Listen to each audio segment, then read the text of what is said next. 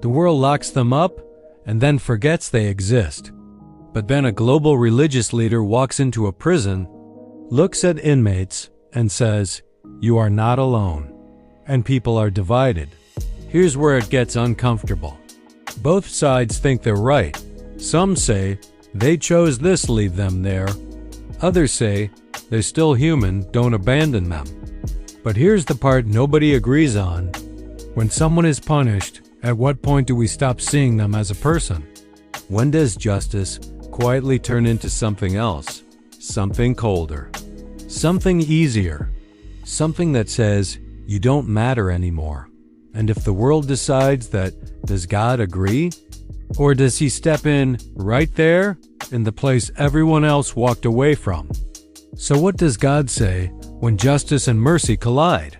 Because what the Torah, the Gospel, and the Quran say about this might make you rethink who you've already written off. Here's what happened. During a visit to Equatorial Guinea, Pope Leo didn't just meet leaders. He went somewhere most people avoid, a prison. And when he stood in front of inmates, people the world often forgets, he said something simple.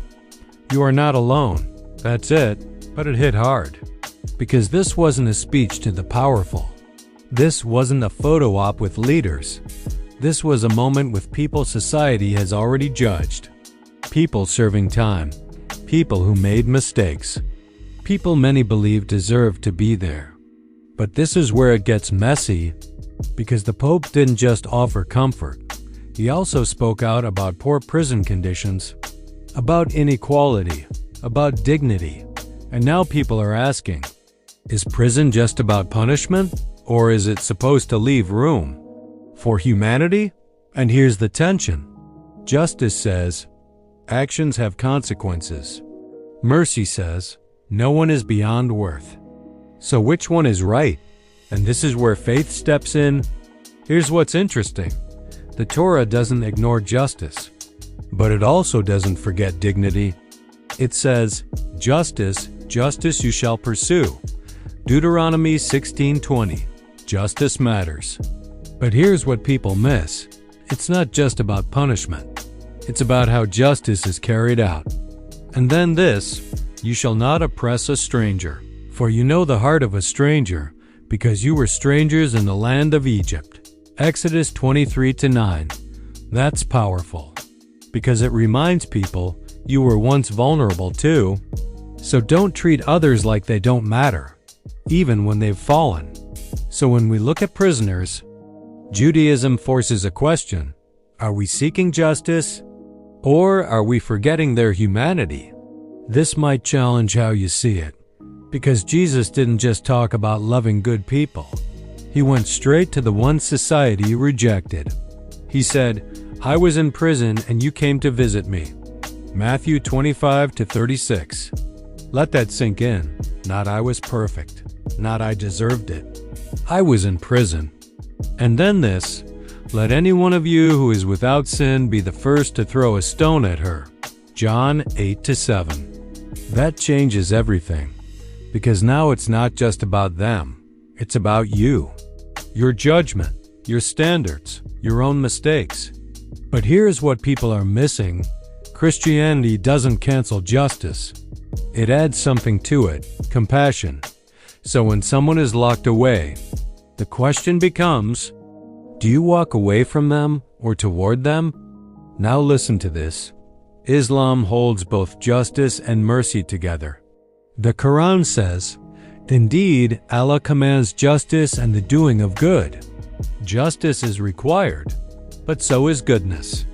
And then this, say, O my servants who have transgressed against themselves, do not despair of the mercy of Allah.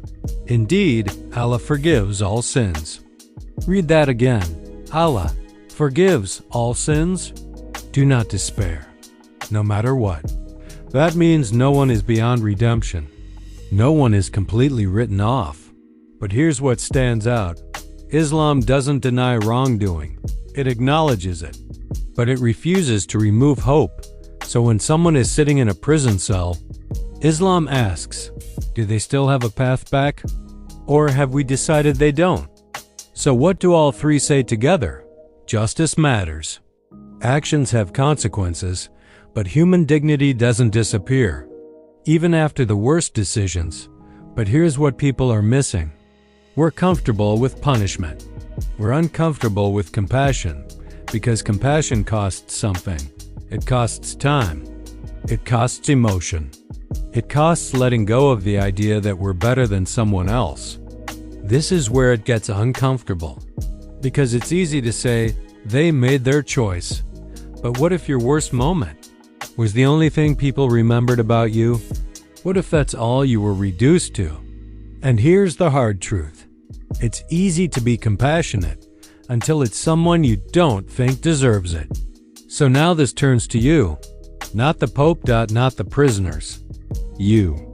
Because deep down, you've already decided how you feel about people like this, haven't you? So ask yourself honestly, do you believe people can change? Or do you believe they stay defined by their worst moment? This is where it gets uncomfortable. Because if you believe in mercy, you have to apply it consistently. Not just when it's easy. Not just when it's someone you like. So what would you do? Would you visit? Would you listen? Would you care? Or would you keep your distance? And tell yourself it's justified? Because at the center of all of this is one truth. No one is beyond being seen. No one is beyond being human. And maybe, just maybe, the difference between justice and cruelty is whether we remember that. So before you scroll away, pause. Think about someone you've written off. Someone you've decided doesn't matter. And ask yourself, did God write them off? Or did we? Because in the end, it's not just about what they did. It's about what you believe people are worth after they've fallen. So don't just see the crime. Don't just see the punishment. See the person, not just the situation. If you enjoyed this video, give it a like and head over to our YouTube page for more content like this.